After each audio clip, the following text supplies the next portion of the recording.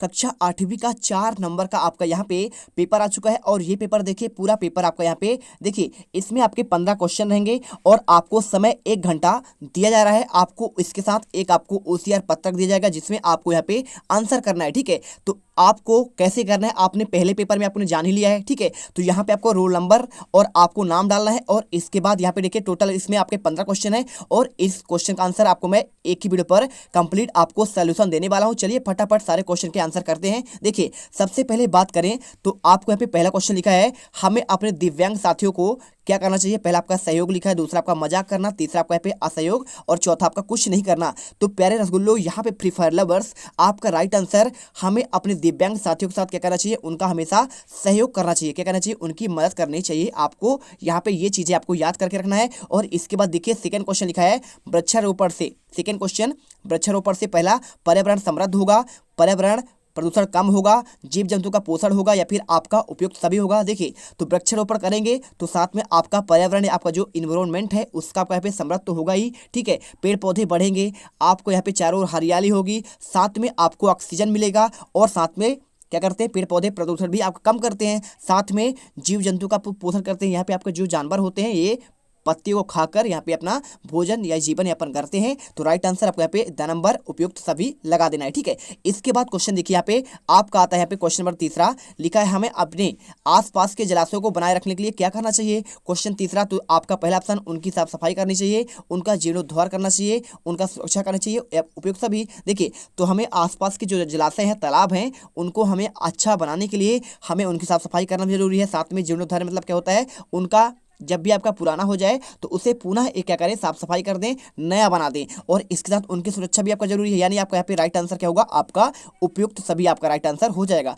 इसके बाद क्वेश्चन जो था, मैं डैश डैश में रहता हूँ, रिक्त स्थान में कौन सा शब्द आएगा। देखिए तो मैं डैश डैश में रहता हूँ, तो भाई मैं कहाँ पे रहता हूँ, तो क्या गाँव में, तो गाँव आपका सही कौन सा होगा, तो ये आपका गाँव क्या ऐसा होता है, आपका ऐसा तो नहीं होता है, आपका ये गलत होगा। और गांव आपका ऐसा भी नहीं होता है और ऐसा कोई नहीं भी आपका नहीं है। देखिए आपका यहाँ पे गांव जो आपका बी नंबर लिखा हुआ है ये आपका राइट है, आपका यही शब्द गांव का आपका शुद्ध वर्तनी होता है। राइट आंसर आपको यहाँ पे ब नंबर करना है। इसके बाद देखिए आपको OCR पत्रक में जो है यहाँ पे करना क्या पड़ेगा, OCR पत्रक में आपको जो दिया गया है आपको उसमें यहाँ पे ब नंबर, आपको बा में आपको यहाँ पे राइट निशान लगाना है। इसके बाद क्वेश्चन पांचवा, नीचे लिखे शब्दों में शुद्ध शब्द क्या है, बंदर, बंदर, बंदर, ये देखिए इसमें बदर लिखा हुआ है और इसमें देखिए तो इसमें देखिए आपका यहाँ पे चंद्र बिंदु तो होता नहीं है।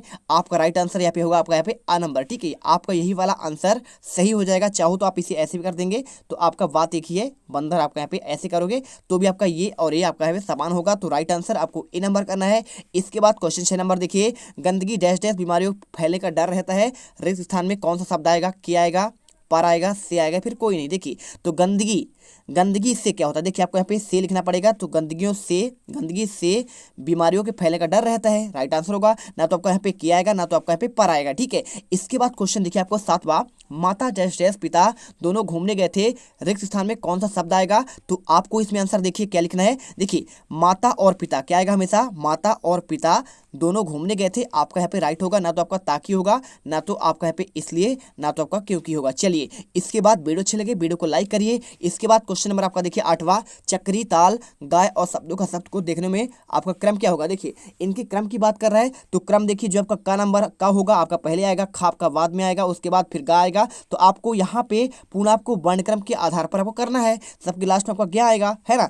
और देखिए अब इसमें देखेंगे तो चा आपका यहाँ पे चा, तो चा के पहले क्या आता है, आपका गा आता है। यानी आपका जिसमें आपका गाय होगा वो आपका पहले आएगा, ठीक है। तो गाय पहले आएगा, गा के बाद आपका यहाँ पे चा आता है और चा के बाद आपका ता आता है। तो आपका राइट आंसर आपका यहाँ पे सा नंबर होगा। ना तो आपको यहाँ पे देखिए ता तो आपका चकरी, आपका चकरी के पहले आपका गाय आता है और ताल के पहले आपका यहाँ पे गाय आता है और ताल के पहले देखिए आपका यहाँ पे गाय आता है। यानी आपका यहाँ पे ये सारे क्रम गलत हैं, लेकिन आपका सा नंबर आपका राइट हो जाएगा। इसके बाद देखिए चित्र बनाने का कार्य करने वाले चित्रकार कहते हैं, तो मूर्ति बनाने वाले को क्या कहते हैं। अब देखिए पूछा है कि मूर्ति बनाने वाले को क्या कहते हैं छात्रों। तो यहाँ पे देखो यदि आप यहाँ पे टॉपर्स बनना चाहते हैं तो आप इसका जवाब दीजिए क्या हो जाएगा। देखिए जो मूर्ति बनाता है उसे कहते हैं मूर्तिकार कहते हैं, क्या कहते हैं, स्कल्पचर कहते हैं इंग्लिश में। और इसके बाद बात करें यहाँ पे देखिए अगला क्वेश्चन 10वां, तुम dash dash Mirabai dash dash नाम सुना होगा, तो वह कृष्ण भक्ति डैश डैश लीन रहती है। देखिए पहले वाले में तुमने क्या ने यहाँ पे लिखना पड़ेगा तुमने, आप यहाँ पे लिख दीजिए तुमने मीराबाई का, अब यहाँ पे लिखिए का, ठीक है। मीराबाई का नाम सुना होगा तो कृष्ण भक्ति में, ठीक है। तो मे बिली नथी, देखिए पहले वाले आपको ने आपका इसमें है और इसके बाद का भी इसमें है आपको बीच वाले में, और लास्ट में आपका माँ है। यानी आपका इसमें राइट आंसर क्या हो जाएगा, आपका यहाँ पे ब नंबर होगा, ना तो आपका यहाँ पे आ भी नहीं होगा और ना तो आपका यहाँ पे ये होगा, ना तो आपका यहाँ पे कोई नहीं होगा। इसके बाद देखिए आपको एक गद्यांश और लिखा है, इस गद्यांश को पढ़िए और इसके बाद आपको यहाँ पे आंसर देना है। भगत सिंह भारत के एक महान स्वतंत्रता सेनानी और क्रांतिकारी थे। भगत सिंह का जन्म 28 सितंबर 1907 को पंजाब की लायलपुर बंगा में हुआ था और भगत सिंह के माता का नाम सरदार किशन सिंह, ठीक, पिता का नाम, ठीक है, और इनके माता का नाम विद्यावती कौर था। भगत सिंह 14 वर्ष की आयु में पंजाब की क्रांतिकारी संस्थाओं में कार्य करने लगे थे और भगत सिंह को हिंदी, उर्दू, पंजाबी और अंग्रेजी के अलावा यहाँ पे बंगाली भाषा भी आती थी। देखिए उनको उर्दू भी आता था, पंजाबी आता था, साथ में यहाँ पे अंग्रेजी भी आता था और बंगला भी आता था। भगत सिंह के देश की आज़ादी के लिए शक्तिशाली ब्रिटिश सरकार को मुकाबला किया और भगत सिंह का इंकलाब जिंदाबाद का नारा था और भगत सिंह ने देश की आज़ादी के संघर्ष में ऐसे रखे कि पूरा जीवन ही देश को समर्पित कर दिया। अब इसके आधार पर आपको आंसर देना है, बहुत ही सिंपल है मेरे फ्री फायर लवर्स। देखिए क्वेश्चन आपका यहाँ पे 11वां लिखा है, क्या लिखा है, भगत सिंह ने किस उम्र में क्रांतिकारी संस्थाओं में काम करना शुरू कर दिया था। तो आपका 14 वर्ष, 15 वर्ष। देखिए तो इसमें देखेंगे तो आप यहाँ पे ये लिखा है आपका पे, देखिए आपको आंसर यहाँ पे मिल जाएगा 14 वर्ष की आयु में पंजाब क्रांति संस्थाओं में कार्य करने लगे थे, यानी आपका राइट आंसर आपका यहाँ पे आ नंबर हो जाएगा। इसके बाद देखिए यहाँ पे क्वेश्चन 12वां, देश की आज़ादी के लिए भगत सिंह ने किससे मुकाबला किया। तो यहाँ पे किससे किया था, ब्रिटिश आपका साम्राज्य से, है ना। यहाँ पे लिखा गया देखिए ब्रिटिश साम्राज्य से यहाँ पे क्या लिया था, मुकाबला किया है, लिखा है ना, ब्रिटिश साम्राज्य से मुकाबला किया। इसके बाद देखिए क्वेश्चन आपका 13वां, भगत सिंह के जीवन में हमें क्या प्रेरणा मिलती है। तो ऐसा ही क्वेश्चन आपको देखने को मिलेगा और आपको इसी प्रकार समझकर आंसर करने पड़ेंगे। भगत सिंह के जीवन में हमें क्या प्रेरणा मिलती है। तो देखिए यहाँ पे हमें मिलना पड़ेगा, आज के युग में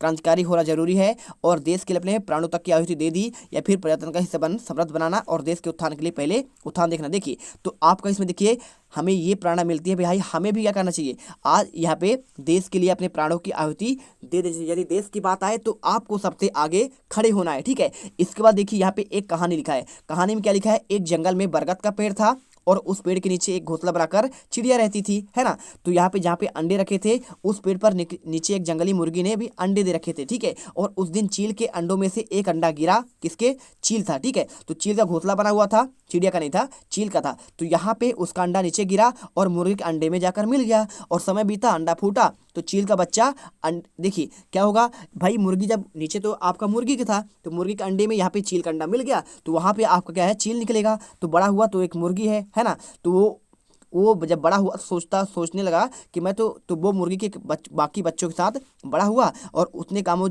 करता रहा और जिसमें एक मुर्गी करती है, ठीक है। तो मुर्गी बड़े हुए, वो भी आपका चील का भी बड़ा हुआ और मुर्गी की तरह वो भी आपका कुड़कुड़ाता, जमीन पर खोद कर दाने चुगता और ऊंचा उड़ जाता और एक मुर्गी उड़ती है, वैसे ही करता। एक दिन आसमान में एक चील को देखा जो बड़ी शान से उड़ रही थी। उसने मुर्गी से पूछा कि उस चिड़िया का क्या नाम है, इतनी ऊंची बड़ी शान से उड़ रही है। तो मुर्गी ने जवाब दिया कि वह चील है। तो फिर चील के बच्चे ने पूछा कि इतना ऊंचा क्यों, मैं क्यों नहीं उड़ पाता। मुर्गी बोली तुम इतना ऊंचा नहीं उड़ सकते हो क्योंकि तुम एक मुर्गे हो। और मुर्गी की बात मान ली और मुर्गे की जिंदगी जीता हुआ एक दिन वह मर गया। अब इसका आंसर देना, देखिए चील का घोंसला कहाँ पर था। तो चील का घोंसला आपका यहाँ पे बरगद के पेड़ था, आपने पढ़ा इसमें नहीं, बरगद के पेड़ के पर था। देखिए यहाँ पे लिखा है आपका यहाँ पे बरगद के पेड़ पर यहाँ पे आपका एक घोंसला बना हुआ था। और इसके बाद क्वेश्चन, चील का अंडा किससे मिल गया था। तो चील का अंडा आपका यहाँ पे मुर्गी के अंडे से मिल गया था। और इसके बाद 15 क्वेश्चन, यह अनुच्छेद हमें डैश डैश के बारे में जानकारी देने के लिए लिखा गया है। तो आपको इसके बारे में, किसके बारे में, यहाँ पे आपको बताना पड़ेगा